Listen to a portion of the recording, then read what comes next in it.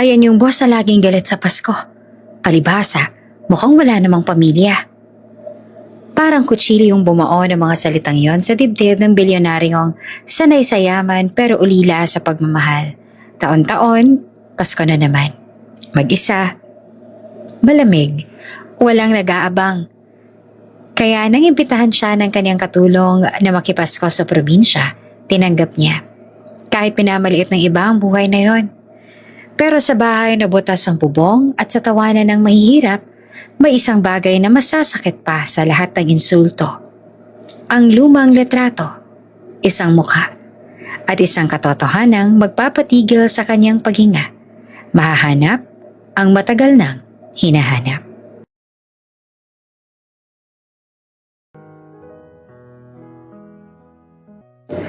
Muling tumunog ang isang pamilyar na Christmas song mula sa radyo. Mahina, nilulunod ng ingay ng city traffic sa labas ng salamin. Have yourself a merry little Christmas. Pinatay ng lalaki ang radyo. Tahimik ang buong condo hotel. Mataas ang palapag. Kitang-kita ang ilaw ng syudad na para bang mga bituing nakakalat sa lupa. Pero kahit gaano karami ang ilaw sa labas, nananatiling malamig ang loob ng silid. Walang Christmas tree, walang parol, walang kahit anong palatandaan na Disyembre na. Mag-isa na naman siya. Nakaupo ang bilyonaryo sa gilid ng kama, suot pa rin ang maayos na long sleeves kahit wala namang pupuntahan. Sanay siyang laging handa kahit walang inaasahang bisita.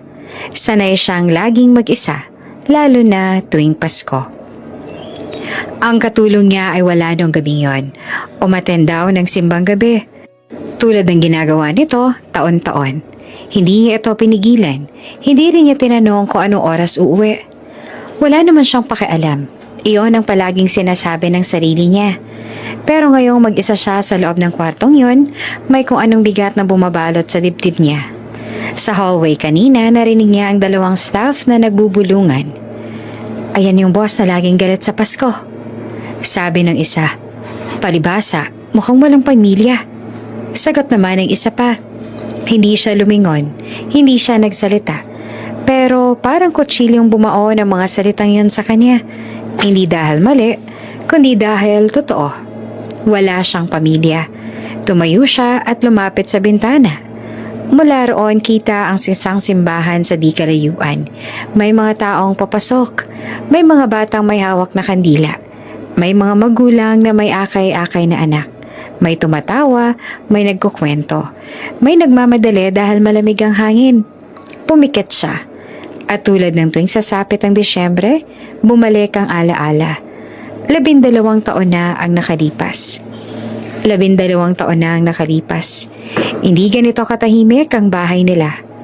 Bata pa siya noon. Bagets pa ang isip. Mas gusto ang laro kaysa simbahan. Umaga pa lang ng araw na yon, abala na ang buong bahay sa paghahanda. Pasko na kinabukasan. May kaunting handa sa kusina. May mga regalong nakatago sa cabinet. May mga halakhakan sa sala. Ano, sasama ka ba sa amin? Tanong ng nanay niya habang nag-aayos ng damit. Umiling siya, hindi man lang tumingin. Mamaya na, maglalaro muna ako. Anak, Pasko. Sabat ng tatay niya, kahit ngayon lang. Pero matigas ang ulo niya noon. Mas gusto niyang manatili sa kwarto, hawak ang laruan. Walang pakialam sa oras. Ang bunso nilang kapatid, ang maliit niyang sister, ay masayang-masayang nakabihis. Hawak ang kamay ng nanay nila. Kuya, sama ka na. Pakiusap nito na nangingintab ang mga mata. Hindi siya tumingin. Hindi niya alam na iyon na pala ang huling pagkakataon. Lumabas ang parents niya kasama ang kapatid niya. Nasa pintuan pa sila nang marinig niya ang tatay niya. Babalik kami bago mag-Christmas Eve, sabi nito. Maganda ka riyan. Tumango lang siya.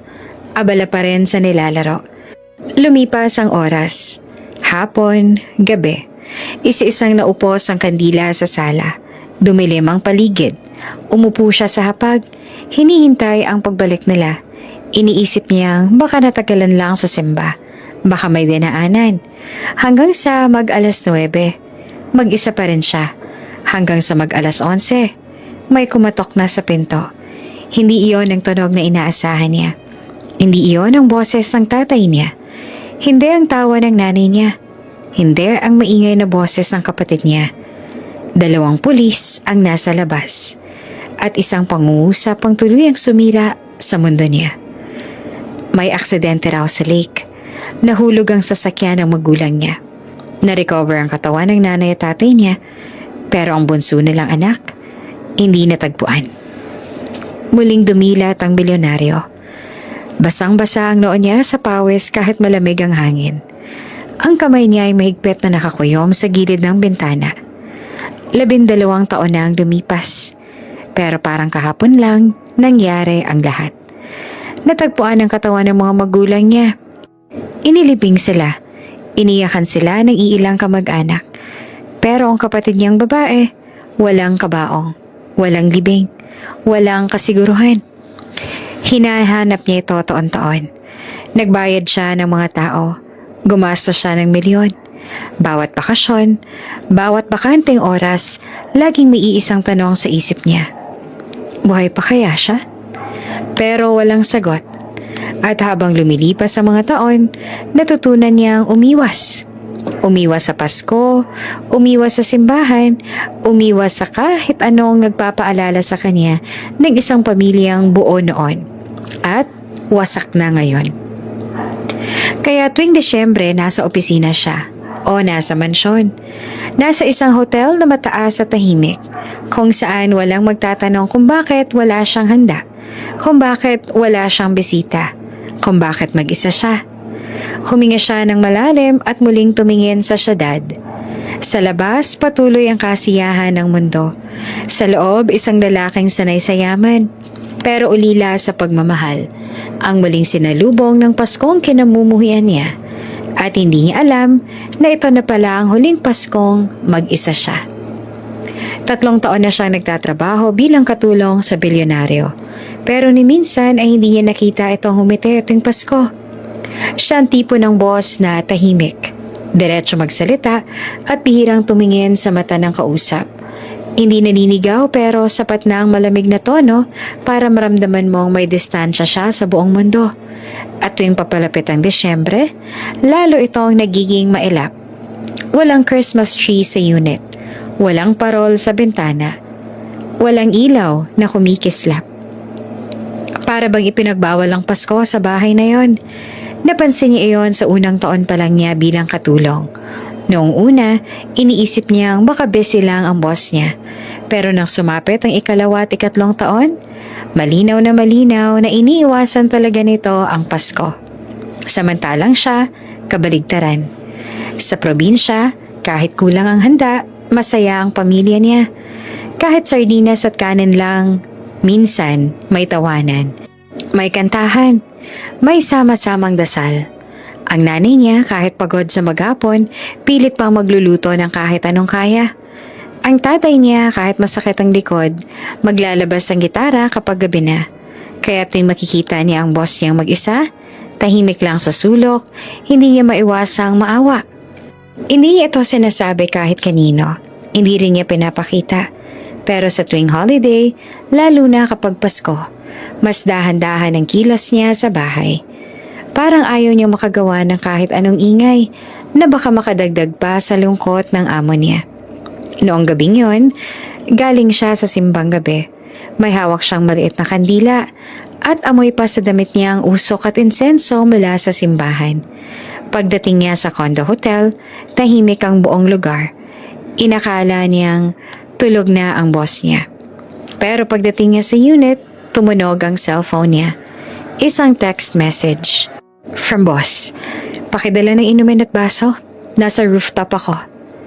Napatigil siya. Hindi madalas mag-text ang boss niya at lalong hindi sa ganitong oras. Saglit siyang nag-alinlangan pero agad din siyang kumilos. Kumuha siya ng bote at 2 baso at saka umakyat sa rooftop. Nandoon niya ang boss niya. Nakaupo sa gilid, nakaharap sa city lights. May hawak na baso. May laman na ang bote sa tabi niya. Sir, mahina niyang tawag. Tumangulang ito, hindi tumingin. Ilagay mo lang dyan. Sumunod siya tumayo sa di kalayuan. Napansin niyang mapula ang mata ng boss niya. Namamaga. Parang matagal nang hindi natutulog. Uminom ulit ang lalaki. Diretso, parang gustong lunurin ang sarili sa alak. Sir, baka sobra na po. Maingat niyang sabi. Tumawa ang boss niya, pero walang saya. Hayaan mo. Maya-maya bumagsak ang boses nito. Parang biglang nawala ng lakas. Alam mo ba kung bakit ayoko ng Pasko? Nanlaki ang mata niya. Hindi siya sanay na kausapin ng ganito ng boss niya. Pero nanatili siyang tahimik. Tuwing Pasko, may nawawala sa akin. Mahinang sabi ng lalaki. Tuwing Pasko, may namamatay ulit. At doon unti-unti na nagsalita ito. Ikinuwento nito ang magulang, ang aksidente, ang kapatid na hindi natagpuan, ang mga gabing mag-isa, ang mga Paskong walang naghihintay. Habang nagsasalita ang boss niya, unti-unti rin tumulo ang luha nito. Hindi siya humagulgol, tahimik lang, parang pagod na umiyak. Hindi niya namalaya na umiiyak na rin pala siya. Sir, mahina niyang sabi, pasensya na po. Tumango ang lalaki, pilit tumatayo, pero muntik nang matumba. Walang pag-aalinlangan. Inalalayan niya ito. Hinawakan niya ang braso nito, dahan-dahang inalalayan pababa, pabalik sa unit. Pinaupo niya sa sofa. Kumuha siya ng bimpo at tubig. Pinunasan ng noon nito. Sir, pahinga na po kayo, sabi niya. Sumandalang lalaki, pumikit. Kunwari lasing na lasing. Pero alam niya, hindi ito tulog. Hindi ito walang malay. Alam ng boss niya ang lahat. At alam din niya na gusto lang talaga nitong umiyak ng gabing yun. Nang hindi hinuhusgahan. Habang pinupunasan niya ang mukha nito, napansin ng lalaki ang mga kamay niyang magaspang. Ang mga matang puno ng malasakit. Sa loob ng 3 taon, ngayon lang niya tunay na tiningnan ang katulong niya. Hindi lang siya mabait, maganda rin. Pero hindi yung bastos na ganda. Yung ganda ng taong may mabuting puso. Muntik nang dumampi ang labi nila sa isa't isa nang biglang natauhan ng lalaki. Tumayo siya bigla. Salamat. Malamig nito ang sabi. Parang bumalik sa dati. Pwede ka nang magpahinga. Nagulat siya, pero tumango. Opo, sir. Pag-alis niya, naiwan ang bilyonaryo sa sofa. Nakatingin sa kisame, hawak ang dibdib. Sa loob ng mahabang panahon, sa unang pagkakataon, may isang taong hindi siya iniwan sa gitna ng Pasko. At hindi niya alam kung bakit, pero ayaw niya nang muling mag-isa. Maaga siyang nagising kinabukasan. Hindi dahil sa alarm, kundi dahil sa pakiramdam na parang may naiwan siyang bukas sa pinto sa loob ng dibdib niya. Isang pintong matagal nang nakasara. Umupo ang bilyonaryo sa gilid ng kama. Tahimik na nakatingin sa sahig. Mabigat ang ulo niya. Pero mas mabigat ang alaala ng nagdaang gabi. Ang rooftop, ang alak, ang luha. At ang babaeng tahimik lang na umaalalay sa kanya nang hindi nagtatanong. Hindi nang husga. Tumayo siya at nag-ayos. Bumalik siya sa dati niyang anyo. Malinis, maayos. Walang bakas ng kahinaan. Sa kusina, nadatnan niya ang katulong na naghahanda ng almusal. Simpleng pagkain lang, gaya ng palagi. Good morning po, sir. Bati nito na parang walang nangyari kagabi. Doon siya mas nainis sa sarili niya. Nilapitan niya ang mesa. Umupo at sandaling nanahimik. Ramdam niya ang alanganin ng hangin sa pagitan nila. Hindi dahil sa galit, kundi dahil pareho silang may alam na hindi binabanggit. Yung kagabi, panimula niya at hindi tumitingin. Pasensya na, lasing lang ako. Tumigil naman sa pagkilos ang katulong. Hindi agad siya nagsalita. Maya-maya tumango ito. Opo, sir. Iyan lang, walang sermon, walang tanong, walang paalala. Mas lalo siyang nakaramdam ng hiya. Tahimik silang kumain. Ang tunog lang ng kutsara at plato ang maririnig sa isip ng bilyonaryo. Paulit-ulit ang isang tanong. Bakit siya pang nakakita ng ganong bahagi ko? Pagkatapos kumain, naghugas ang katulong. Siya naman nakatayo sa bintana. Nakatingin sa labas. Ilang beses niyang gustong magsalita, pero pinipigilan niya ang sarili. Hindi siya sanay mag-open. Hindi siya sanay mag-imbita. Lalo na ng kahit anong koneksyon. Pero bago pa siya makapag-isip ng dahilan, para manahimik, narinig niya ang boses ng katulong. Mahina, parang nag-aalangan. Sir, lumingon siya. May itatanong lang po sana ako. Sabi nito, hawak ang basahan. Parang kinakabahan. Tumango siya. Ano yan? Huminga ng malalim ang dalaga at saka nagsalita. Parang isang hakbang na matagal niyang pinag-isipan. Uuwi po kasi ako sa probinsya bukas. Pasko po. Tahimik siyang nakinig. Kung gusto po ninyo, dugtong nito, pilit ngumiti. Pwede po kayong sumama sa amin? Parang biglang tumigil ang oras. Sumama sa kanila. Sa probinsya. Pasko po, dagdag ng dalaga. Parang natatakot na bawiin ang sinabi. Masaya po sa amin kahit simple lang. Hindi agad siya nakasagot. Sa buong buhay niya, maraming nag-alok sa kanya ng kung anong negosyo or partnership, investment, kapangyarihan. Pero ngayon lang may nag-alok sa kanya ng ganito. Hindi mansyon, hindi pera, kundi pamilya. Bakit? Tanong niya ng diretso pero walang galit. Nagulat naman ng dalaga pero sumagot ng tapat. Kasi po, palagi po kayong mag-isa tuwing Pasko. May kung anong kumirot sa dibdib niya. Hindi niyo po deserve mag-isa. Dugtong nito, mas matatag ang boses. Kahit isang beses lang po. Matagal siyang tumahimik. Sa loob ng isip niya, nag-aaway ang dalawang boses. Ang isa sinasabing huwag. Huwag makialam. Huwag pumasok sa buhay ng iba. Huwag nang umasa. Ang isa naman mahina pero malinaw. Subukan mo. Hindi niya alam kung gaano katagal siyang nakatayo roon. Ang alam lang niya, sa unang pagkakataon, may naghihintay ng sagot niya. Hindi bilang boss, kundi bilang tao. Anong sasabihin ng pamilya mo? Tanong niya sa wakas. Ngumiti naman ang dalaga. Totoo at mainit. Masaya po sila. Mahilig po sila sa bisita.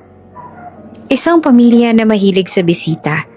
Isang pamilya na hindi niya kailanman naranasan mula nang mawala ang sarili niya. Hindi ako sanay sa ganyan. Maingat niyang sabi. Opo, sagot ng dalaga. Pero baka kako po pwede niyong subukan? Muling tumingin ang bilyonaryo sa bintana. Sa labas may mga batang naglalaro. May mga taong may bitbit na regalo. May mga ngiting hindi binibili ng pera. Sa loob ng ilang segundo, nakita niya ang sarili niya. Bata pa, naghihintay sa sala. Umaasang babalik ang pamilya niya. At ngayon, may isang taong nag-aalok sa kanya ng bagong Pasko. Sige, bigla niyang sabi. Nanlaki ang mata ng dalaga. Po, sasama ako. Ulit niya. Mas malinaw. Kung okay lang. Hindi napigilan ng dalaga ang ngiti niya. Opo sir, sobrang okay po. Tumango siya, pero sa loob-loob niya kinakabahan siya. Hindi niya alam kung anong naghihintay sa probinsya. Hindi niya alam kung kaya niya ang ingay, ang siksikan, ang buhay na malayo sa kontrol niya. Ang alam lang niya, sa unang pagkakataon matapos ang 12 taon, may nag-anyaya sa kanya na huwag maging mag-isa sa Pasko at hindi niya iyon tinanggihan. Hindi niya alam kung anong eksaktong oras siya na pagdesisyonan talagang ituloy yon. Basta pagising niya kinaumagahan, hindi niya na tinawagan ng driver niya. Hindi niya inabisuhan ng security team. Hindi rin niya sinabi sa opisina kung saan siya pupunta. Isang simpleng bag lang ang inihanda niya. Ilang damit, wallet, cellphone. Walang mamahaling relo. Walang pangnegosyong papel. Parang may parte ng sarili niya na gustong iwan lahat. Kahit sandali lang. Paglabas nila ng kondo, nagulat ang katulong nang makita siyang hawak ang susi ng kotse. Sir, kayo po ang magdadrive? Tanong nito na halatang nag-aalangan. Tumango naman siya. Oo, ayoko may ibang kasama. Hindi na ito umangal. Sumakay lang ito sa tabi niya. Hawak ang maliit na bag na halatang pinag-ipunan ng laman. Tahimik ang biyahe sa simula. Ang makina lang ng kotse at ang mahinang tunog ng radyo ang maririnig.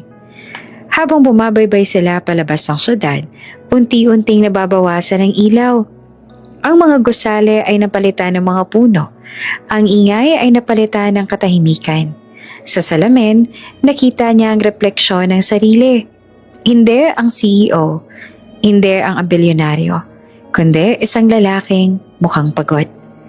Paminsan-minsan napapatingin siya sa katulong.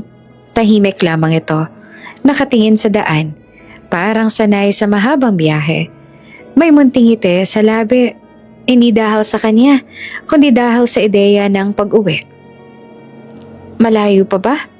Tanong niya at sinadyang gawing kaswal ang tono. Mga 3 oras pa po. Sagot nito. Pasensya na po sir, medyo looban kasi. Umiling siya. Ayos lang. Hindi naman niya alam kung bakit ayos lang, pero totoo. Sa unang pagkakataon, hindi siya nagmamadali. Walang meeting, walang deadline, walang taong hinihintay niya, at wala ring taong naghihintay sa kanya. Maliban sa pamilyang hindi pa niya kilala. Habang patuloy ang biyahe, may kung anong gaan sa dibdib niya. Parang may tinatanggal na bigat sa bawat kilometro, palayo sa syudad. Gusto niyang isipin na dahil lang iyon sa katahimikan. Pero alam niyang hindi lang yon. Sir, biglang sabi ng katulong. Kung hindi po kayo komportable, pwede naman po kayong bumalik kahit kailan. Ngumiti siya ng bahagya. Hindi ako bumabalik sa mga desisyong ginawa ko. Nagulat ito, pero hindi na nagsalita. Sa totoo lang, wala talaga siyang plano. Hindi niya alam kung ilang araw na siya roon. Hindi niya alam kung anong aasahan. Ang alam lang niya, ayaw niyang mag-isa sa Paskong ito. At sa unang pagkakataon, iyan lang ang sapat na dahilan. Pagpasok nila sa mas makitid na daan, bumagal ang takbo ng kotse. May mga bahay na yari sa kahoy. May mga batang naglalaro sa gilid. May mga taong kumakaway kahit hindi nila kilala ang mga dumadaan. Hindi sanay ang bilyonaryo sa ganitong tanawin. Sa lugar nila, bihirang may bumati ng walang pakay. Napahinto siya sandali sa gilid ng daan. Sir, may problema po? Tanong ng katulong. Wala, sagot niya. Tinitingnan ko lang. Isang batang lalaki ang lumapit. Kumaway, ngumiti. Hindi niya alam kung paano tutugon. Hindi rin siya bumate. Pero hindi nawala ang ngiti ng bata. Sa pag-andar ulit ng kotse, may kung anong kumirot sa kanya. Hindi sakit, kundi panghihinayang. Ganito pala ang mundo sa labas sa mga pader na itinayo ko.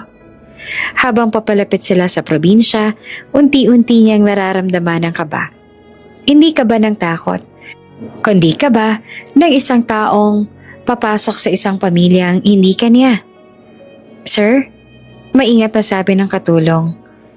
Simple lang po kami. Sana po, okay lang? Tumango siya. Hindi ako naghahanap ng marangya. At doon niya napagtanto, iyon ang unang beses na totoo ang sinabi niyang yon. Sa loob ng maraming taon, hinabol niya ang yaman, ang kontrol, ang katahimikan. Pero sa mahabang biyahe na yon, sa tabi ng isang babaeng hindi niya minamaliit kundi tahimik na hinahangaan, may unti-unting nabubuo sa loob niya. Isang tanong na hindi niya masagot. Paano kung ito pala ang hinahanap ko? Hindi niya pinakita ang emosyon. Sanay siyang itago ang nararamdaman. Pero sa bawat sulip niya sa katulong, sa bawat tawanan ng mga batang nadaanan nila, sa bawat punong dinaanan ng kotse, mas lalo niyang naramdaman na ang desisyong ito, kahit walang plano, ay maaaring magbago ng lahat. At hindi niya iyon pinagsisisihan. Huminto ang kotse sa gilid ng isang makitid na kalsada. Walang gate, walang bakod, walang pangalan sa harap. Isang simpleng bahay lang na yari sa pinagtagpi-tagping kahoy at yero. Bago pa man siya tuluyang makababa, napansin na agad ng bilyonaryo ang bubong. May mga bahagi itong kinakalawang at sa isang sulok may malinaw na butas na tinakpan lang ng plastik. Bumaba siya ng sasakyan, dahan-dahan. Sa unang tingin, iyon na ang pinakamaliit na bahay na napasok niya sa buong buhay niya. Lupa ang sahig, hindi sementado, hindi rin pantay. Sa loob, isang bombilya lang ang halatang luma na at maliit na aparador sa sulok. Hindi niya agad alam ang mararamdaman. Hindi ito ang uri ng lugar na kinasanayan niya. Sa mansyon niya, may chandelier, may aircon sa bawat kwarto. May ilaw na otomatikong bumubukas. Dito, kailangan pang igalaw ang switch na mukhang ilang beses nang napalitan. Napansin ng katulong ang bahagyang pagkabigla sa mukha niya. "Sir, pasensya na po." Mahina nitong sabi. "Ganito lang po talaga kami." Hindi siya agad nakasagot. Pero bago pa siya makapagsalita, may lumabas na babae mula sa loob ng bahay. May edad na, payat, pero may ngiting parang matagal nang naghihintay. "Ay, nandito na kayo," masiglang sabi nito. "Ikaw na ba yan, anak?" "Nanay," sagot ng katulong tsaka lumapit at yumakap. Sunod namang lumabas ang isang lalaking may puting buhok, hawak ang maliit na bangkito. "Siya na ba yung sinasabi mong boss?" tanong nito. May halong kaba at tuwa. "Opo," sagot ng dalaga. "Siya po." Lumapit ang matanda sa kanya at inabot ang kamay. "Salamat sa pagpunta, iho. Pasensya na't ganito lang ang bahay namin." Kusa niyang inabot ang kamay ng matanda. Ayos lang po. At doon niya naramdaman ang unang kakaibang bagay. Hindi siya tinanong kung sino siya, kung ano ang trabaho niya, kung gaano siyang kayaman. Tinanggap siya bilang bisita. Basta bisita. Maya-maya may tumakbong batang babae palabas ng bahay. Nakangiti, magulo ang buhok. May suot na damit na halatang malaki sa kanya. "Ate!" sigaw nito tsaka yumakap sa katulong. "Uy, dahan-dahan!" Tawa pa ng dalaga. "May bisita tayo." Napatingin sa kanya ang bata tsaka ngumiti. "Hello po!" Tumango siya. Bahagyang ngumiti pabalik. Isang bagay na bihira niyang gawin. Sa loob ng bahay, may tunog ng mga kalderong nagbabanggaan. May amoy ng niluluto. Simple lang, pero mainit at may halong bawang at sibuyas. Hindi niya alam kung kailan pa huling beses na may nagluto para sa kanya nang walang kapalit. Habang abala ang pamilya sa paghahanda, napansin niya ang mga detalye. Ang butas sa bubong na may tumutulong patak ng tubig mula sa ulan kanina. Ang sahig na kailangang walisin ng madalas dahil lupa. Ang mesa na may bakas ng maraming taon ng paggamit. Pero higit sa lahat, ang tawanan. Hindi iyon pilit. Hindi iyon para magpakitang tao. Totoo ang saya. May biro ang tatay. May kwento ang nanay. May kulitan ng magkapatid. Parang walang pakialam sa kung ano ang kulang. Dahil sapat na ang isa't isa. Umupo siya sa isang bangkito sa gilid. Tahimik na nagmamasid. "Sir, kain po muna kayo." Alok ng nanay ng dalaga. "Simple lang ha." Tumangyo siya. "Salamat po." Habang kumakain sila, napansin niya naman ang kahit kaunti lang ang pagkain. Walang nagrereklamo. May naghahati-hati. May nag-abot. May nagbiru pa na, "Ay, sa Pasko, mas masarap kahit konti." Hindi niya napigilang mapangiti. Sa loob-loob niya inaasahan niyang malungkot ang ganitong buhay. Iniisip niya ang puro hirap at reklamo, pero mali siya. May hirap, oo, pero may saya. At totoo. Sa isang sulok ng bahay may maliit na altar na may kandila at larawan. Hindi niya tinignan ng matagal, pero may kung anong kumirot sa dibdib niya. Ganito pala ang pakaramdam ng may uuwian. Habang papalubog ang araw, lalong naging maingay ang bahay. May kapitbahay na dumaan para bumati.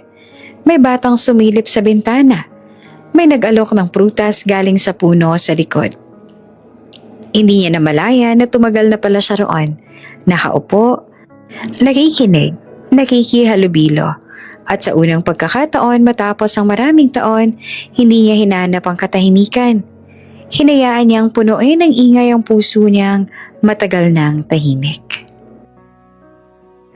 Maaga silang nagising kinabukasan, hindi dahil may alarm, kundi dahil sa tunog ng manok at yabag ng mga paa sa labas ng bahay. Dumilat ang bilyonaryo at sandaling nalito. Wala ang kisame ng kondo. Wala ang malamig na ilaw. Wala ang katahimikan ng lungsod. Sa halip ay naroon ang tunog ng probinsya. Buhay, magulo, totoo. Lumabas siya ng kwarto at nadatan si Mira na nag-aayos ng buhok sa maliit na salamin. "Sir, magsisimba po kami," sabi nito. "Kung okay lang po sa inyo." Tumango siya. "Sasama ako." Nagulat si Mira. Talaga po?" "Matagal na rin ako hindi nagsisimba," sagot niya. Hindi na nagdagdag pa. Habang naghahanda ang pamilya niya, tahimik siyang nakamisid. Ang nanay ni Mira ay nagsuot ng isang lumang dress. Kupas ang kulay, mailang tahi sa gilid. Halatang ilang taon nang ginagamit tuwing may okasyon. Maayos ang pagkakaplansya, pero hindi maitago ang bakas ng panahon. Ang tatay naman ni Mira ay naupo sa bangkito. Inaayos ang sapatos.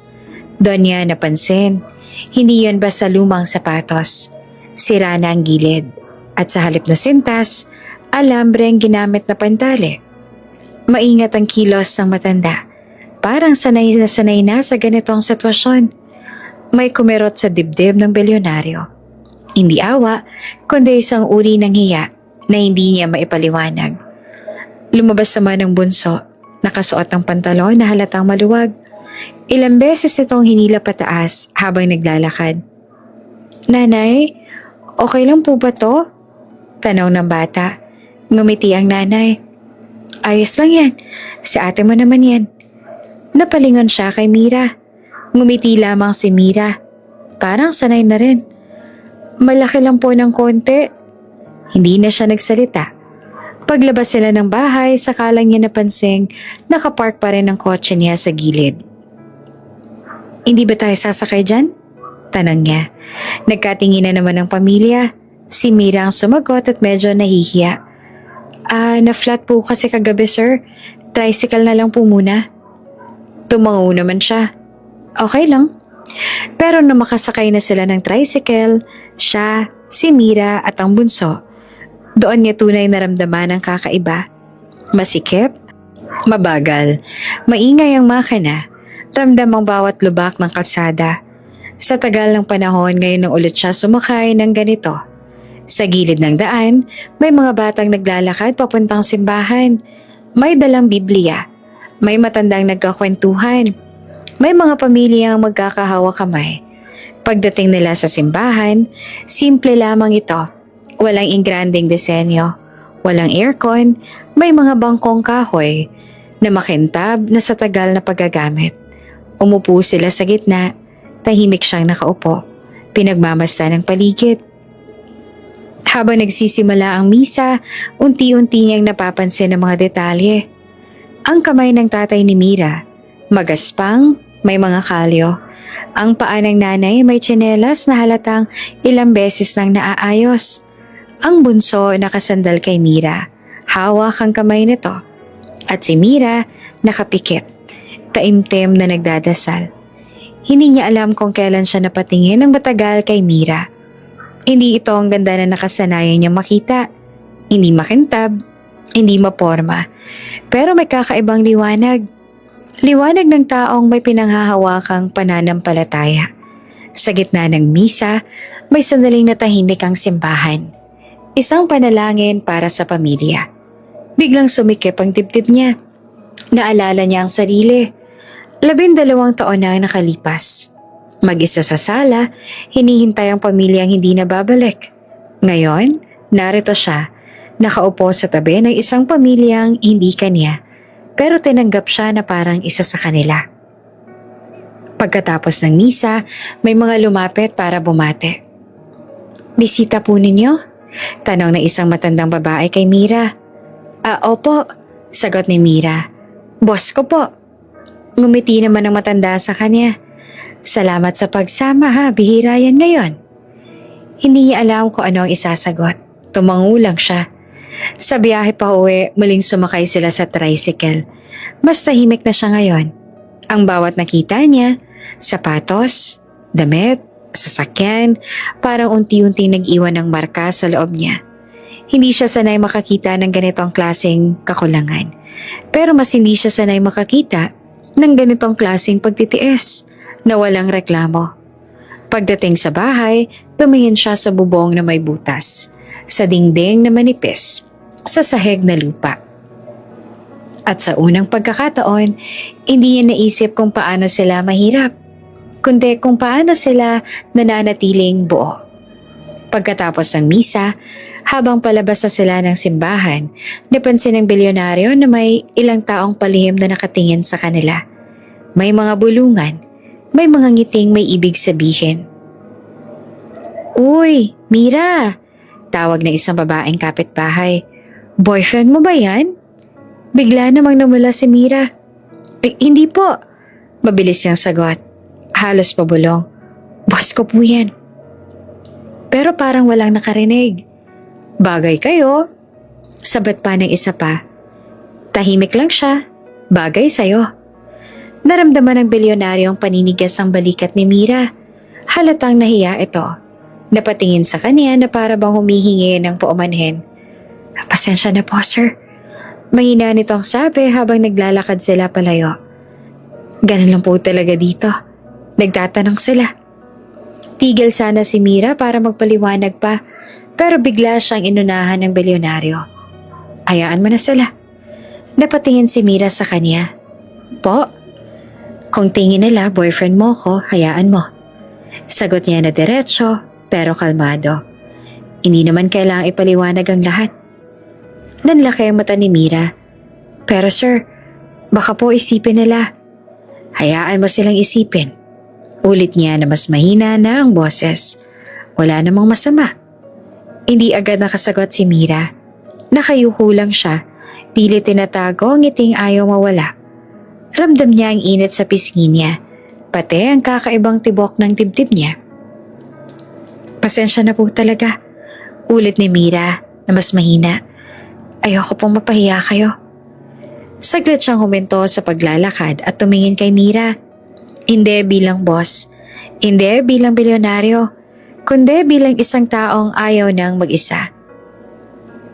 Hindi ako napahiya, sagot niya. Okay lang ako. Tahimik silang naglakad pa uwi.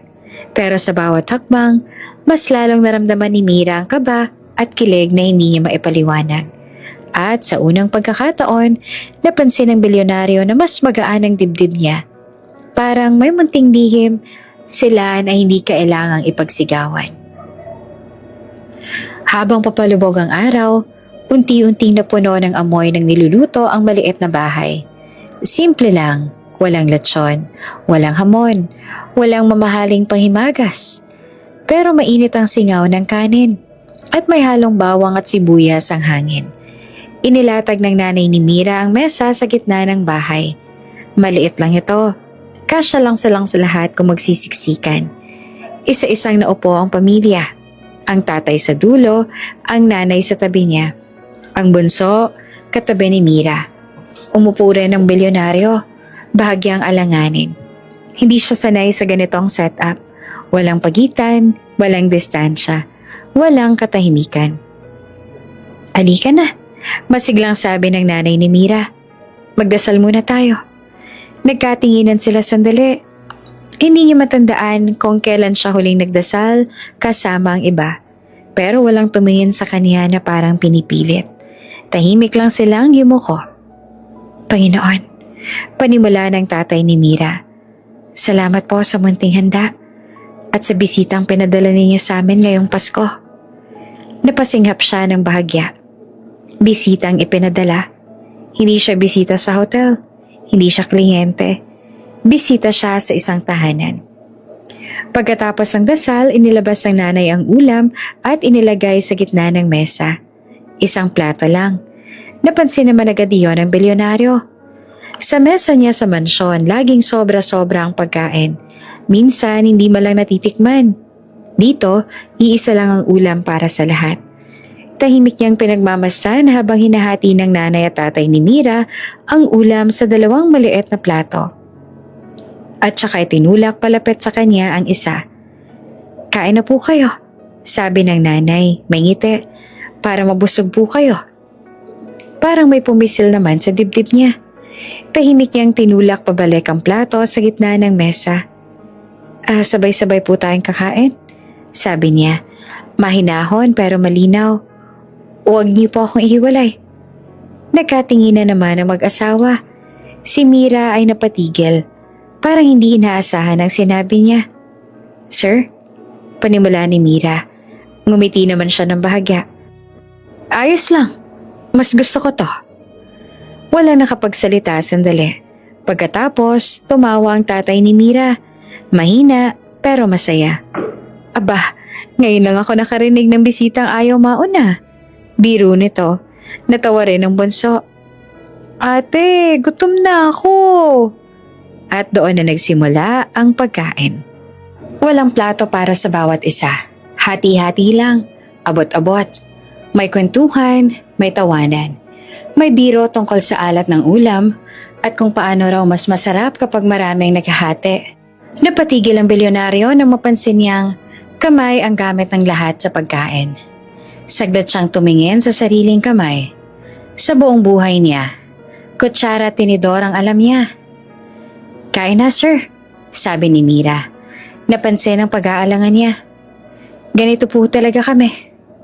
Huminga siya ng malalim, tsaka ginaya sila.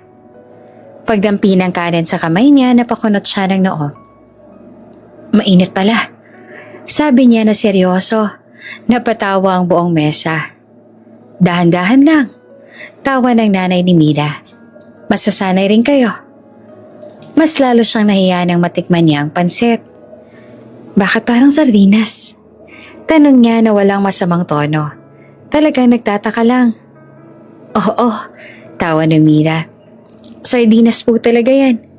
Natawa siya. Una, mahinang tawa. Tapos tuluyan ang napahalakhak. Hindi niya matandaan kung kailan siya huling tumawa ng ganito. Yung walang iniisip kung may makakakita. Habang tumatagal ang gabi, dumami ang ingay sa labas. May mga batang kumatok sa pinto. May dalang improvised tambol at lata. "Namamasko po!" Lumabas ang tatay ni Mira. May dalang kaunting barya at candy. Nakasilip ang bilyonaryo. Pinagmamasa ng mga batang masayang kumakanta kahit paos ang boses. "Sir, kayo na po," sabi ni Mira. Iniabot sa kanya ang isang supot ng candy. Nagulat siya. "Ako?" "Opo," ngumiti si Mira. "Para maranasan niyo po." Lumabas siya, alanganin sa una, tsaka iniabot ang candy sa mga bata. "Salamat," sabi niya. "Salamat po," sabay-sabay naman nasigaw ng mga bata. Pagpasok niya ulit sa bahay, may kung anong kumirot sa mata niya. Umupo siya sa sulok. Tahimik. "Sir, okay lang po kayo?" Tanong ni Mira. Napansin ang pamumula ng mata niya. Tumango siya. "Oo, pero hindi iyon totoo." Tahimik na tumulo ang luha niya. Walang hikbi, walang tunog. Hindi niya alam kung bakit mas masakit at mas masaya ang gabing yon kesa sa lahat ng Pasko niya sa nakaraan. Sa mansyon niya, mayaman. Dito, may buhay. At sa unang pagkakataon, naramdaman niyang hindi pala pera ang kulang sa kanya, kundi ang mga salitang ganito. Tahimik na ang buong bahay. Tapos na ang kantahan. Tapos na ang kwentuhan. Ang mga kapitbahay ay nagsiuwian na. At ang mga batang nangangaraling ay matagal nang nawala sa dilim. Ang natira na lang ay ang tunog ng kuliglig at mahinang ihip ng hangin na dumadaan sa butas ng bubong. Nakahiga ang bilyonaryo sa maliit na banig na inilatag para sa kanya. Hindi siya sanay sa ganito. Walang malambot na kama. Walang aircon, walang ilaw na pwedeng patayin sa isang pindot lang. Isang bumbilya lang sa labas ng kwarto ay nagbibigay ng kaunting liwanag. Pumikit siya. Sa una, tahimik ang isip niya, pero maya-maya unti-unting bumalik ang bigat. Parang alon na hindi mo mapipigilan. At doon nagsimula ang panaginip. Muli niyang nakita ang daan patungong lake. Madilim ang paligid, basa ang kalsada. Naroon ang sasakyan ng mga magulang niya. Unti-unting lumulubog sa tubig. Narinig niya ang sigaw ng nanay niya, ang boses ng tatay niya, at sa gilid, isang batang babae. Basa ang buhok, nanginginig, umiiyak sa dilim. "Kuya?" Mahinang tawag nito. Sinubukan niyang lapitan, pero parang lumalayo ang bata sa bawat akbang niya. Lumubog ang paligid sa tubig at naramdaman niya ang hinihilaran siya pababa. "Kuya, huwag mo akong iwan." Bigla siyang napabalikwas. Hingal na hingal siya. Basang-basa ng pawis ang noo. Nakaupo siya sa banig. Mahigpit ang hawak sa dibdib. Pilit humihinga. Muling bumalik ang pakiramdam ng gabing yon. Yung gabing may kumatok sa pinto at binago ang buong buhay niya. Hindi niya napigilan ang sarili. Tumulo ang luha niya, sunod-sunod, mabigat na parang matagal nang pinipigilan. Tinakpan niya ang mukha niya, pero walang saysay. Tahimik siyang umiyak, pinipilit huwag gumawa ng ingay. Sa gitna ng iyak niya, "Kuya, tubig po." Nanigas ang buong katawan niya. Dahan-dahan niyang ibinaba ang kamay niya mula sa mukha. Lumingalinga siya sa paligid. Pilit inaayos ang paghinga. Akala niya panaginip pa rin. Akala niya guni-guni lang. Pero malinaw ang boses mula sa pintuan. Tumayo na siya. Nanginginig ang tuhod. Dahan-dahan siyang lumapit. Tsaka sinilip ang labas. Nandoon ang bunso na si Mira. Hawak ang maliit na baso. Nakatayo sa may pinto. Inaantok, magulo ang buhok. Pero malinaw ang mukha. "Kuya?" Ulit ng bata. Mahina. "Pwede po bang makahingi ng tubig?" Parang may pumutok sa loob ng dibdib niya. Hindi siya agad nakagalaw. Hindi siya agad nakapagsalita. Sa loob ng ilang segundo, ang nakita niya ay hindi ang batang nasa harap niya, kundi ang kapatid niyang nawala. 12 taon na ang nakalipas. Lumunok siya. "Oo," sagot niya na paos. "Sandali lang." Kinuha niyang petsyel at nagsalin ng tubig. Inabot niya sa bata. Nanginginig ang kamay niya. Ininom iyon ng bata, dahan-dahan. "Salamat po, kuya," sabi nito, tsaka ngumiti ng bahagya. "Kuya." Hindi niya maalala kung kailan siya huling tinawag ng ganon. Nang bumalik ang bata sa kwarto, nananatili siya nakatayo roon. Nakatingin lang sa pader, sa dilim, sa kisame na may bahagyang siwang kung saan pumapasok ang malamig na hangin. Kung buhay man ang kapatid ko. Napaupo siya sa bangkito. Inaalala niya ang edad ng kapatid niya na nawala. Maliit pa. Kung buhay man ito ngayon. Halos kaedad na ng batang kanila lang humingi ng tubig. Kinilabutan siya. Hindi dahil sa takot, kundi dahil sa posibilidad. Sa loob ng maraming taon, hinanap niya ang kapatid niya sa mga papel, sa litrato, sa mga listahan ng nawawala. Pero ngayong gabi, sa isang bahay na hindi niya inaasahang puntahan, may isang batang tumawag sa kanya ng kuya at muling binuksan ang sugat na akala niya'y sanay na siyang dalhin. Humiga siyang muli, pero hindi na siya pumikit. Sa labas, narinig niya ang mahinang boses ni Mira na kinakausap ang bunso. May lambing, may pag-aalaga, may buhay. At sa unang pagkakataon matapos ang 12 taon, isang tanong ang gumulo sa isip niya. Hindi bilang bilyonaryo, kundi bilang kapatid. Paano kung mas malapit pala kaysa sa inaakala ko? Madilim pa nang magising ang buong bahay sa isang sigaw. "Ah, masakit ang dibdib ko." Napabalik ko si Mira mula sa pagkakahiga. Tumakbo siya palabas ang kwarto at nadatnan ng tatay niya na nakaupo sa bangkito. Hawak ang dibdib. Namumutla ang mukha at basang-basa ng pawis ang noo. Tay? Sigaw na Mira. Nanginginig ang boses. Anong nangyayari sa'yo? Hindi naman agad makasagot ang matanda. Pilit lang humihinga. Para bang bawat hinga ay may kaakibat na sakit. Lumabas din ang nanay niya, halatang naguguluhan at takot. Diyos ko, sabi nito na nanginginig ang kamay. Anong gagawin natin? Bago pa tuluyang magpanik ang lahat, lumabas ang bilyonaryo mula sa kwarto. Gising na siya. Parang may naramdaman na siyang hindi tama, kahit bago pa ang sigaw. Isang tingin lang sa matanda, alam na niya. Atake sa puso. Sabi niya at diretso pero kalmado. Kailangan natin siyang madala sa ospital ngayon na. Pero paano? Panimula ng nanay ni Mira. Nangingilid ang luha. Hindi na siya naghintay ng sagot. Lumapit siya sa tatay ni Mira at maingat na binuhat ito. Parang walang bigat. Nagulat si Mira. Sir, ako na lang po. Wag. Putol niya. Ako na. Mabilis silang lumabas ang bahay. Sa labas, nagising na ang ilang kapitbahay. Nagtataka sa ingay. May nag-alok ng tulong.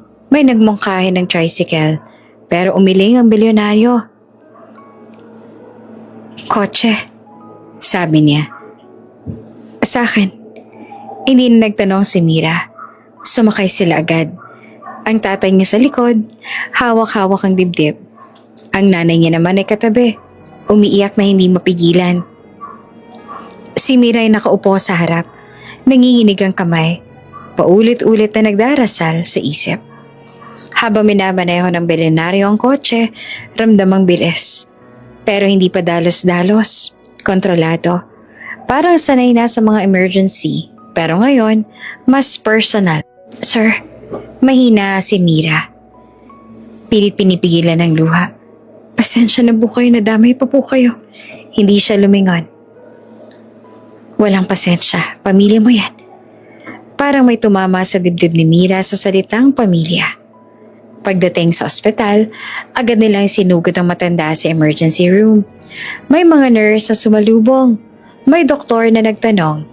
Bago pa man makapagsalita si Mira, nauna na ang bilyonaryo. Ako ang sasagot, sabi niya. Lahat. Nagulat ang nurse. Kayo po ang... Ako. Ulit niya, nang walang pagdadalawang isip. Habang dinadala ang tatay ni Mira sa loob, napaupo si Mira sa bangko sa labas. Umiiyak siya ng tuluyan. Hindi na napigilan. Ang nanay niya ay hawak-hawak ang rosaryo. Paulit-ulit ang dasal. Umupo ang bilyonaryo sa tabi ni Mira. Hindi siya sanay sa ganitong sitwasyon. Pero hindi rin siya umatras. Ayos lang. Sabi niya na mahinahon. Andito tayo. Lumipas ang mga minuto na parang oras. Walang nagsasalita. Ang tanging maririnig lang ay ang yabag ng mga paa at tunog ng makina sa loob ng ospital. Sa isip ni Mira, bumabalik ang lahat ng takot. Paano kung mawala ang tatay niya? Paano ang nanay niya? Paano ang bunso? Maya-maya lumabas ang doktor. Naagapan po, sabi nito. Buti na lang at nadala agad. Kailangan lang pong i-monitor. Parang nabunutan ng tinik si Mira. Napahagulgol siya. Humawak sa braso ng bilyonaryo nang hindi namamalayan. Salamat po, sabi niya. Halos hindi na marinig. Hindi ko po alam kung paano namin kayo babayaran. Mahinang umiling ang lalaki. Hindi kailangang bayaran. Tumingin siya sa pinto ng kwarto kung nasaan ang tatay ni Mira. Sa sandaling yon, bumalik sa isip niya ang gabing 12 taon na ang nakalipas. Ang ospital, ang malamig na ilaw. Ang salitang wala na. Ngayon may pagkakataon siyang gawin ang hindi niya nagawa noon. At hindi niya iyon palalagpasin. Nanatili sa ospital ang tatay ni Mira ng ilang araw para sa obserbasyon. Araw-araw si Mira ang nagbabantay. Halininan sila ng nanay niya. Tahimik lang siya sa tabi ng kama ng ama. Pinupunasan ang noo nito. Inabot ang tubig. Kinakausap kahit madalas ay nakapikit lang ang matanda. Halatang pagod, pero pilit nagpapakatatag. Samantala, may iba namang nangyari sa labas ng ospital. Isang bagay na hindi alam ng pamilya ni Mira. Magang umalis ang bilyonaryo isang umaga. Hindi siya dumiretso sa opisina. Sa halip, bumalik siya sa bahay sa probinsya, mag-isa. Oops! May break muna. Gusto mo bang ma-shoutout dito sa channel ni Ate Jane? Mag-comment lang ng lesson you learned from the latest story uploaded. Dahil pipili kami ng isang best comment of the day para i-shoutout sa susunod na upload. Kaya huwag kalimutang mag-iwan ng lesson you learned after you watch this video. Maraming salamat! Shoutout nga pala kina Anneli Lovije, Sonia Jara Vlog from Genova, Italy, at Raquel Person from Sweden. Sa ating mga taga-subaybay, maligayang Pasko po!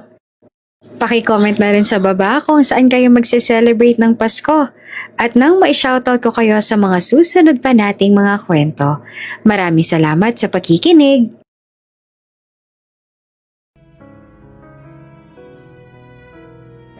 Pagdating niya roon, saglit siyang tumayo sa tapat ng bahay. Pinagmamasan ang bubong na may butas, ang dingding na manipis, ang kable ng kuryenteng nakakabit kung saan-saan. Tahimik siyang huminga ng malalim. Hindi na dapat ganito. Tumawag siya sa isang tao. Isa lang, walang mahabang paliwanag. May bahay na kailangang ayusin. Sabi niya, ngayon na. Ilang oras lang ang lumipas, dumating ang mga tao. Karpentero, elektrisyan, may dalang gamit. Tahimik silang nagtrabaho. Walang tanong, walang paliwanag sa mga kapitbahay na nagtataka. Tinanggal ang serangyero sa bubong, pinalitan ng bago. Inayos ang dingding na may siwang, nilinis ang kable. Nilagyan ng maayos na ilaw sa loob ng bahay. Hindi na iisang bombilya lang. Habang ginagawa iyon, nakatayo lamang ang bilyonaryo sa gilid. Hindi siya naguutos. Hindi siya nagmamadali. Tinignan niya lang ang bawat bahagi ng bahay na unti-unting nagbabago. Sa bawat pukpok ng martilyo, may kung anong gumagaan sa dibdib niya. Hindi to mansyon. Hindi to proyekto.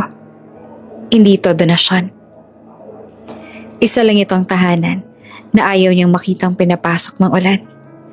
Pagbalik ni Mira at ng nanay niya mula sa ospital kinahaponan, napahinto sila sa tapat ng bahay.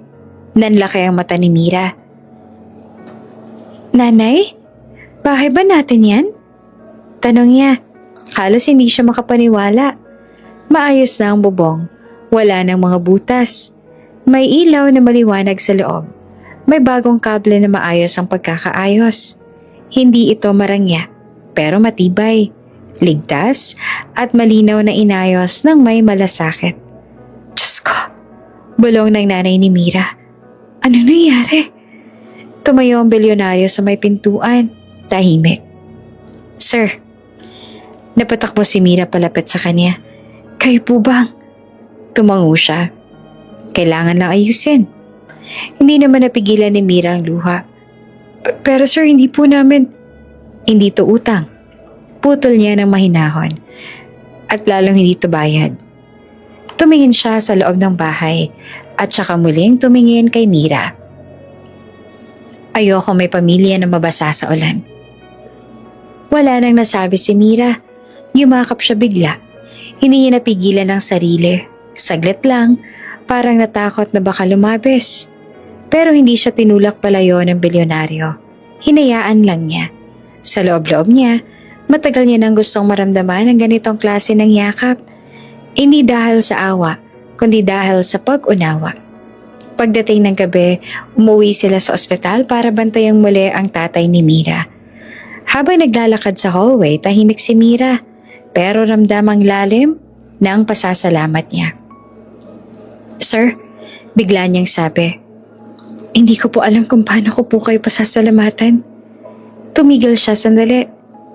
Hindi mo kailangan. Naglakad silang magkatabi. Walang salita, pero may pagkakaintindihan. Sa isip ng bilyonaryo, Malinaw ang isang bagay. Hindi niya ito ginagawa bilang boss ni Mira. Ginagawa niya ito dahil sa isang pamilyang minsan niyang pinangarap na sana ay nailigtas niya noon. At ngayon, may pagkakataon siyang wag nang maulit ang pagkawala. Hindi niya iyon sasayangin.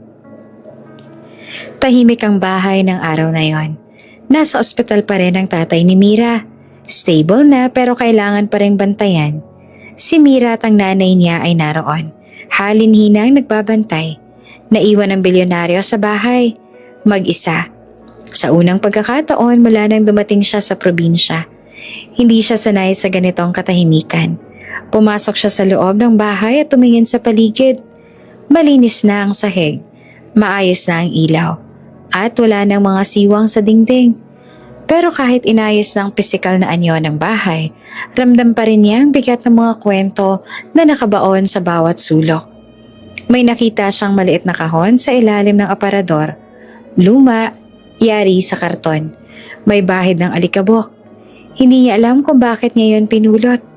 Parang may humili lang sa kanya. Binuksan niya ang kahon. Sa loob ay may ilang dokumento. Resibo, lumang ID. Ilang papel na kupas na ang tinta. May rosaryo, may punit na sobre. At sa pinakailalim, isang maliit na litrato. Dinampot niya iyon ng marahan. Larawan niyo ng isang sanggol. Nanlambot ang tuhod niya. Napaupo siya sa bangkito. Hawak ang litrato na parabang baka maglaho kapag hinigpitan niya ang kapit. Maliit pa ang bata sa litrato. Maputi ang balat. Bilugan ang pisngi. May munting nunal sa may kilay. Isang nunal na kabisado niya. Isang nunal na nakita niya sa bawat lumang litrato ng kapatid niyang babae bago ito nawala. Hindi. Mahina niyang bulong. Pinagmasdan niya ang litrato. Pilit hinahanap ang pagkakaiba.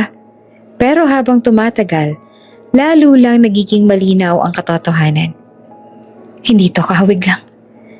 Ito ang eksaktong mukha ng kapatid niya. Ang hugis ng mata, ang linya ng ilong, ang maliit na ngiti kahit sanggol pa lamang. Parang may humigpit sa dibdib niya. Parang naubusan siya ng hangin. Ilang segundo siya nakaupo roon. Walang galaw, walang tunog. Para bang natigil ang mundo. Paano napunta rito ang litrato ng kapatid ko? Tumayo siya. Nanginginig ang kamay at sinuri ang likod ng litrato. May sulat, kupas na ang tinta, pero mababasa pa rin. Araw na iniligtas ka. Napapikit siya. Biglang bumalik sa isip niya ang lahat. Ang panaginip niya, ang batang umiiyak sa dilim, ang bunso ni Mira na tumatawag sa kanya ng kuya, ang edad, ang mga taon na lumipas. Hindi pwede. Ayaw niyang umasa. Ayaw niyang muling masaktan. Ilang beses na siyang umasa sa maling impormasyon, sa maling bakas. Ilang beses na siyang nadurog. Pero hindi niya rin kayang ipagwalang bahala ang hawak niya ngayon. Marahan niyang ibinalik ang litrato sa kahon. Isinara ito, parang sinasarado rin ang takot na bumubukas sa loob niya. Umupo siya sa sofa, hawak ang ulo. Kung totoo to, mahina niyang sabi sa sarili. Kung totoo to. Narinig niya ang tunog ng pintuan. Pumasok si Mira. Pagod ang muka, pero may bahagyang ngiti. Sir, umuwi muna ako saglit. Nakatulog na po si tatay. Tumayo siya agad. Mira, napahinto ito. Opo.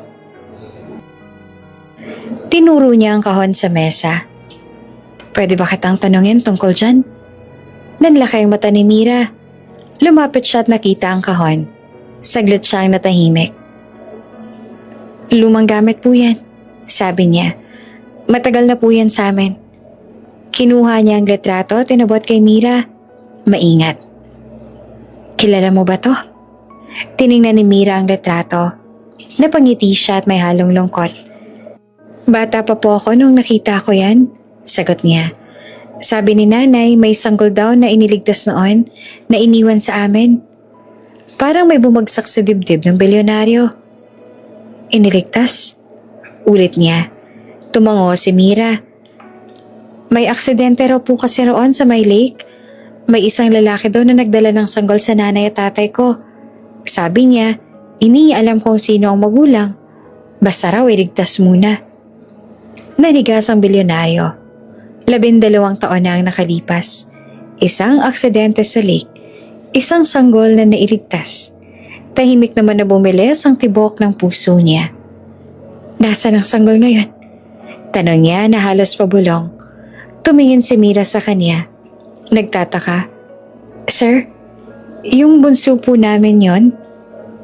Parang bumukas ang lupa sa ilalim ng paa niya. Hindi siya agad nakapagsalita. Hindi siya agad nakagalaw.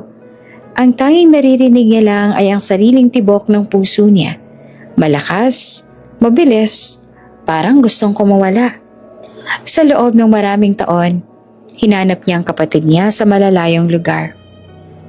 Hindi niya alam na maaaring narito lang pala ito. Sa isang bahay na may butas ang bubong. Sa isang pamilyang hindi kanya, pero nagmahal dito bilang sarili. At sa sandaling yon, alam niyang wala ng atrasan. Kailangan niyang malaman ang buong katotohanan. Hindi agad nakapagsalita ang bilyonaryo matapos marinig ang sinabi ni Mira. Yung bunso po namin yon? Ulit ni Mira. Tila nagtataka kung bakit biglang nanahimik ang lalaki. Bakit po? Umupo siya sa bangkito. Parang nawala ng lakas sa mga tuhod niya. Ilang segundo siyang nakatingin lang sa sahig. Pilit inaayos ang paghinga. Sa isip niya, naglalaban ng takot at pag-asa. Ang dalawang damdaming matagal niya na ang iniiwasan. Kailangan ko makausap ang mga magulang mo. Sabi niya sa wakas. Mahinahon, pero mabigat ang tono. Nag-alala si Mira. May problema po ba, sir? Umiling siya. Hindi ko lang alam kung paano ko sasabihin. Pero mahalaga. Kinagabihan matapos umuwi ang nanay ni Mira mula sa ospital at makatulog ang bunso. Naupo silang tatlo sa mesa. Si Mira, ang nanay at ang bilyonaryo. Tahimik ang bahay. Parang hinihintay ang mga salitang matagal nang nakatago. May itatanong po sana ako. Panimula ng bilyonaryo. Tungkol po sa sanggol na iniligtas noon. Nagkatinginan ng mag-ina. Ang nanay ni Mira ay bahagyang napapikit. Parang alam niya na kung saan patutungo ang usapan. Matagal na po yun. Mahina nitong sabi. Bakit niyo po na itanong? Kinuha ng bilyonaryo ang lumang litrato at inilapag sa mesa. Nanginginig ang kamay niya. Ito po. Kapatid ko. Sabi niya na halos pabulong. Matagal na namin siyang hinahanap. Parang may bumagsak na mabigat sa loob ng bahay. Napaupo ang nanay ni Mira. Hawak ang dibdib. Diyos ko. Bulong nito. Kaya pala. Nanay? Naggugulo ang tanong ni Mira. Huminga ng malalim ang babae at saka nagsimulang magsalita. Dahan-dahan, parang binubuksan ng isang sugat na matagal nang tinakpan. 12 taon nang nakakaraan. Simula nito. Gabi rin noon. May kumatok sa pinto namin. Isang lalaking basang-basa. Nanginginig at may bitbit na sanggol. Napatingin ang bilyonaryo. Tutok na tutok sa bawat salita. Sabi niya may aksidente daw sa lake. Hindi niya alam kung nasa ng mga magulang ng bata. Wala raw oras mag-isip, kailangan lang iligtas. Napaluha ang babae. Iniwan niya ang sanggol sa amin. Umalis siya kaagad. Hindi na namin siya nakita. Tinanong po ba ninyo kung sino ang mga magulang? Tanong ng bilyonaryo. Pilit pinipigil ang emosyon. Umiling ang babae. Wala na pong oras. At wala na rin kaming paraan noon para maghanap. Mahirap lang kami. Wala kaming koneksyon. Ang alam lang namin, may batang kailangang alagaan. Tahimik na umiyak si Mira. Inilagaan po namin siya. Dugtong ng nanay niya. Pinalaki bilang sariling amin. Minahal namin. Hindi namin inisip na may naghahanap pala. Tumango ang bilyonaryo. Hindi po namin natagpuan ang katawan ng kapatid ko, sabi niya. Kaya hindi kami tumigil sa pag-asa. Nagkatinginan sila. Walang galit sa mga mata ng lalaki. Pagod lang. Pagod na umasa. Pagod na maghanap. Kung alam lang po namin, umiiyak na sabi ng nanay ni Mira. Hindi namin siya itatago. Hindi namin siya ipagkakait. Hindi niyo po siya tinago, sagot niya agad. Iniligtas niyo po siya. Tumahimik ang lahat. Sa loob ng ilang segundo, parang huminto ang mundo. Parang may nabuong katotohanan na masyadong malaki para agad tanggapin. Sir, mahinang sabi ni Mira. Ibig po bang sabihin? Hindi niya agad masabi ang salita. Tumango ang bilyonaryo, nangingilid ang luha. Posible, sagot niya. Pero kailangan pa nating makasiguro. Kinabukasan, bumisita sila sa ospital para kamustahin ang tatay ni Mira. Doon, habang nakaupo sa tabi ng kama ng matanda, muling inulit ng bilyonaryo ang tanong. Tahimik na tumango ang tatay ni Mira. Totoo, mahina nitong sabi. Naalala ko ang gabing yan. Basang-basa ang sanggol. Nanginginig. Hindi namin alam kung sino ang magulang. Pero hindi namin kayang pabayaan. Humigpit ang hawak ng bilyonaryo sa gilid ng kama. Salamat po, sabi niya na buong puso. Kung hindi po dahil sa inyo. Hindi niya na tinapos ang pangungusap. Paglabas sila ng kwarto, tahimik silang naglakad ni Mira sa hallway. Halatang mabigat ang iniisip ng dalaga. Sir, tanong nito. Kung sakali pong totoo, huminto siya at hinarap si Mira. Walang magbabago sa pagtingin ko sa inyo. Sabi niya, kung ano man ang mangyari, utang ko sa pamilya mo ang buhay ng kapatid ko. Napaiyak si Mira. Natakot po ako, amin niya. Baka mawala siya sa amin. Huminga ng malalim ang bilyonaryo. Hindi ko siya kukunin sa inyo, sabi niya ng tapat. Gusto ko lang ang katotohanan. Sa unang pagkakataon, naniwala si Mira sa kanya. Hindi bilang boss, kundi bilang kapatid na matagal na ang nawawala. At sa gabing iyon, sa isang bahay na minsang butas ang bubong, unti-unting lumilinaw ang isang katotohanang kayang magwasak o magbuo ng isang pamilya. Hindi naging madali ang mga sumunod na araw. Tahimik ang bahay, pero ramdamang bigat ng hinihintay na sagot. May mga sandaling nagkukulong ang bilyonaryo sa kwarto, nakaupo sa gilid ng kama. Hawak ang cellphone pero hindi makatawag. Sa bawat segundo may tanong sa isip niya na ayaw niyang bigkasin. Paano kung hindi totoo? Si Mira naman pilit ang ngiti sa tuwing magkakasalubong sila. Sa likod ng katahimikan niya, naroon ang takot. Takot na baka magbago ang lahat kapag lumabas na ang katotohanan. Takot na baka mawala sa kanila ang bunso. Dinala nila ang bata sa isang klinika sa pinakamalapit na bayan. Tahimik lang ang bunso. Hawak ang kamay ni Mira. Ate, bakit po tayo nandito? Tanong ng bata. Check up lang. Sagot naman ni Mira. Pilit na kalmado. Hindi na sila nagpaligoy-ligoy pa. Isang blood sample, ilang papeles, ilang perma, at isang tanong na matagal nang gustong sagutin ng bilyonaryo. Habang hinihintay ang resulta, bumalik sila sa bahay. Dumaan ang Pasko at bagong taon na parang panaginip. May saya, pero may kaba. Tuwing titingin ng bilyonaryo sa bunso, may kirot at pag-asa sa dibdib niya. Tuwing tatawag sa kanyang opisina, hindi niya sinasagot. Mas mahalaga ang hinihintay niya ngayon. Dumating ang araw ng resulta. Magkasama silang bumalik sa klinika. Ang bilyonaryo, si Mira, ang nanay at tatay niya. Tahimik ang lahat. Kahit ang hangin ay parang nag-aabang. Lumabas ang doktor, may hawak na envelope.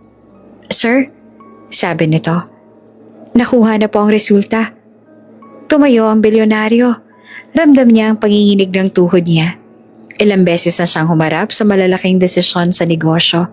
Pero wala ni isa ang kasing bigat nito. Binuksan ng doktor ang papel at tumingin sa kanya. Positive, sabi nito. Magkapatid po kayo. Parang gumuho ang mundo niya. Hindi siya agad nakapagsalita. Hindi siya agad nakagalaw. Ang tanging naramdaman niya ay ang init ng luha na biglang pumatak sa pisngi niya. Sunod-sunod, walang pigil. Lumapit siya sa bata. Lumuhod sa harap nito. Nanginginig ang kamay niya habang hinahaplos ang ulo ng bunso. Hindi ka nawala. Bulong niya na halos hindi marinig. Natagpuan na rin kita. Kuya? Tanong ng bata na naguguluhan pero hindi takot. Tumango siya, umiiyak. Oo, kuya mo ako. Napagulgol si Mira. Tinakpan niya ang bibig niya, pilit pigilan ng iyak pero wala na siyang magawa. Ang nanay at tatay niya ay nagyakapan. May luha, may lungkot, may ginawa. Lumapit ang tatay ni Mira sa bilyonaryo. Kung kailangan niya siyang kunin, panimula nito. Nanginginig ang boses.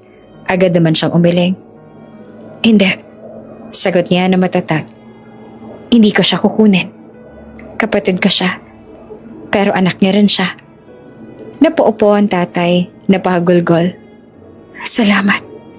Sa labas ng klinika, tumigil ang bilyonaryo at huminga ng malalim. Sa loob ng 12 taon, ngayon lang siya nakaramdam ng ganitong klase ng pagod. Yung pagod na may kapalit na kapayapaan. Lumapit si Mira sa kanya. Sir, mahina nitong sabi. Hindi ko po alam kung anong sasabihin. Tumingin siya kay Mira, sa babaeng tahimik na nagbukas ang pinto ng buhay niya nang hindi niya namamalayan. Salamat, sagot niya. Sa lahat. Umiling si Mira, umiiyak pa rin. Kung hindi po kayo sumama dito, kung hindi po kayo nagpasko kasama namin. Ngumiti siya, may luha sa mata. May mga bagay talagang kailangang dumaan sa tamang panahon. Pag-uwi nila sa bahay, sinalubong sila ng bunso na may hawak na laruan. Tumakbo ito papunta sa bilyonaryo. Kuya! Tawag na to na may tuwa. Lumuhod siya at niyakap ang bata. Mahigpit, matagal. Isang yakap na matagal niyang ipinagdasal. Sa gabing yon, habang tahimik ang paligid, umupo ang bilyonaryo sa labas ng bahay at tumingala sa langit. 12 taon niyang inakala na mag-isa na lang siya. Ngayon, alam niya na ang totoo. May kapatid siyang buhay, may pamilyang muling natagpuan, at may pusong handa ng magmahal muli. Hindi kondo ang pinuntahan nila. Pag-alis nila sa probinsya, malinaw sa isip ng bilyonaryo na hindi nakasya sa unit ang isang pamilyang may kwentuhan, tawanan at batang walang tigil sa takbuhan. Kaya sa mansyon siya dumiretso. Ang bahay na matagal ng malaki pero matagal ding walang laman. Pagdating nila, bumukas ang malalaking pinto at sinulubong sila ng katahimikan. Pero hindi iyon nagtagal. Ate, ang laki! Bulong ng bunso at napatingala sa kisame. Ngumiti naman ang bilyonaryo. Pwede ka mag-ingay dito, walang magagalit. Parang iyon lang ang hudyat. Tumakbo ang bata sa hallway, tumatawa, sumisilip sa bawat pinto. Napahinto ang bilyonaryo at napangiti. Noon lang ulit may tunog na paa sa loob ng bahay na yon. Habang inaayos sa mga kasambahay ang mga gamit, dahan-dahang napuno ng buhay ang mansyon. Ang nanay ni Mira ay nahihiya. Paulit-ulit na nagsasabing, ay, ang laki naman. Habang ang tatay niya naman ay tahimik na nagmamasid. Parang nag-iingat na huwag makabasag ng kahit na ano. Dito na po ba talaga kami? Tanong ng nanay ni Mira. Tumango ang bilyonaryo. Oo, para magkakasama. Sa sala na upo si Mira. Tahimik, pinagmamasdan ng paligid. Lumapit ang bilyonaryo at naupo sa tabi niya. Hindi ka ba komportable? Tanong niya. Ngumiti si Mira. Komportable po. Naninibago lang. Sa akin din. Sagot niya. Pero gusto ko. Kinabukasan, unang umaga sa mansyon sa New Year ang hinahandaan.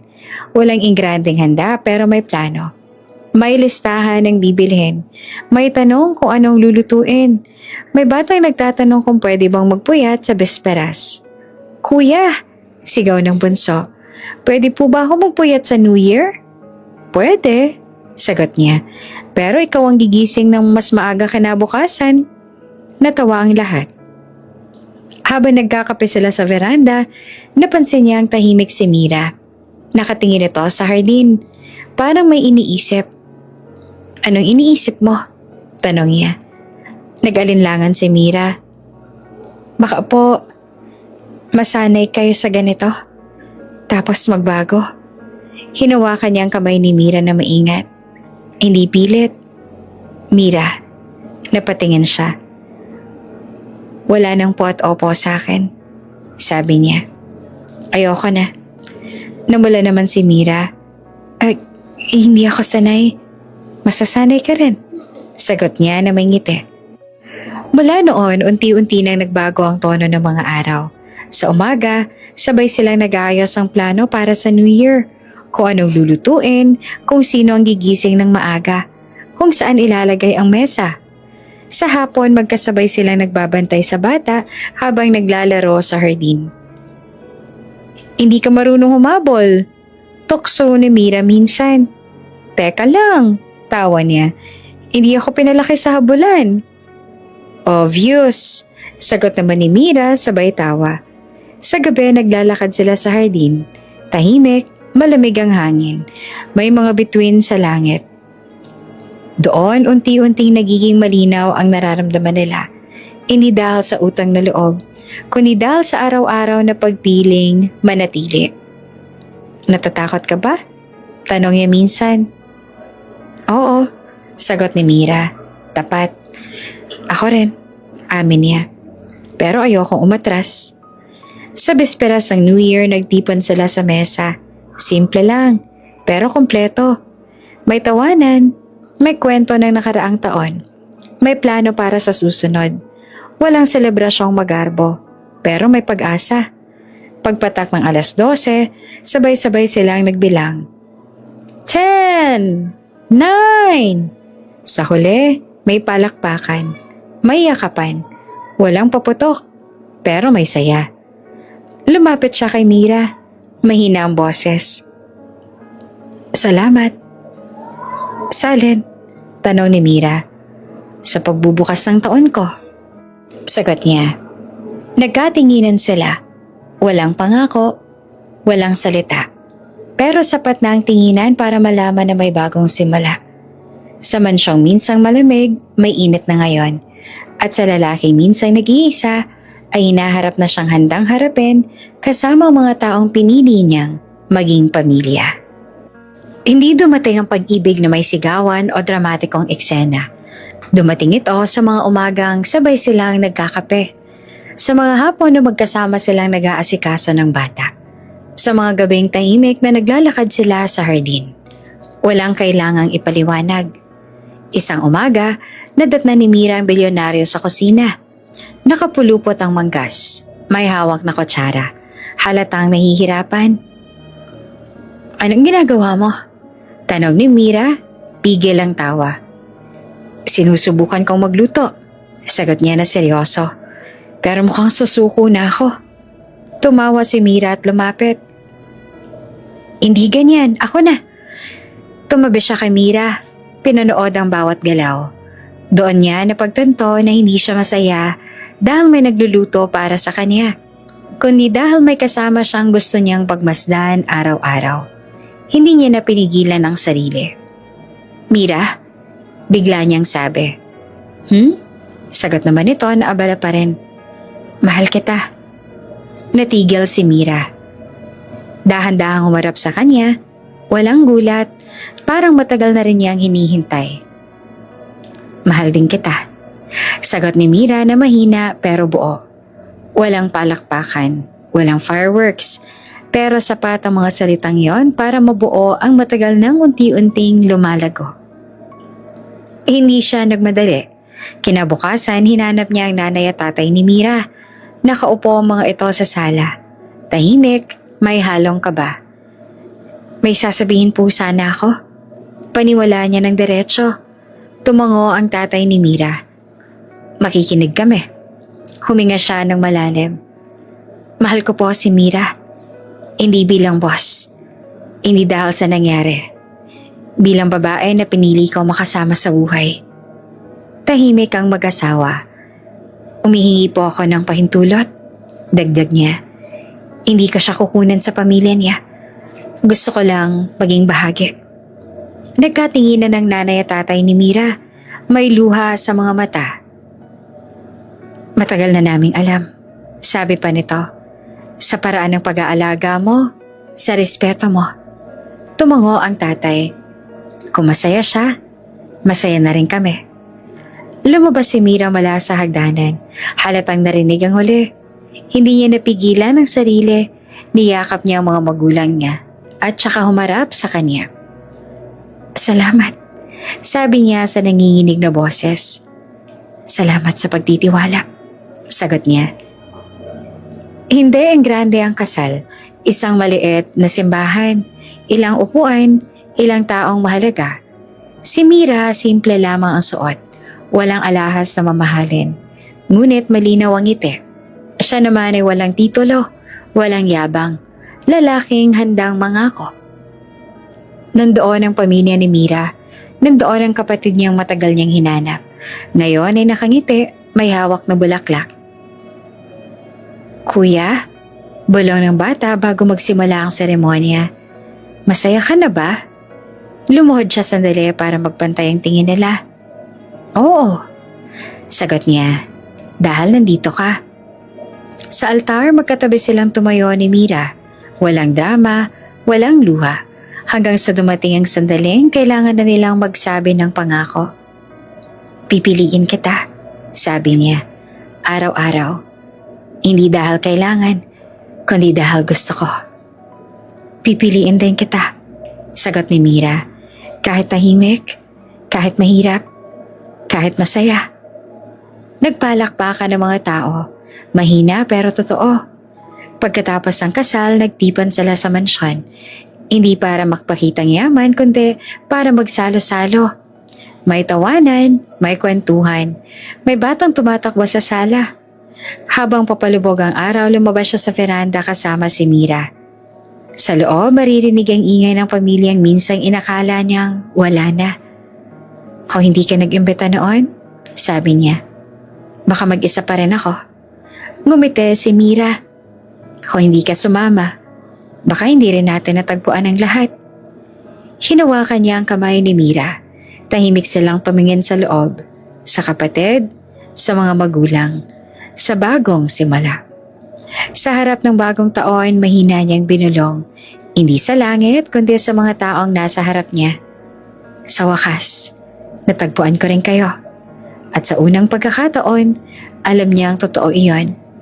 Hindi bilang bilyonaryo, kundi bilang kapatid, asawa, at taong may tahanan.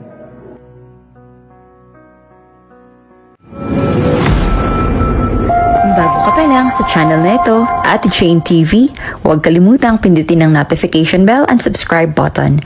Sana po hindi naman malaking abala sa inyo ang pagpindot ng subscribe button dahil ang kapalit po nito ay ang pagsuporta para makapag-produce ng mga libreng stories sa mga channels ni Ate Jane. Maraming salamat! Ayan yung boss na laging galit sa Pasko.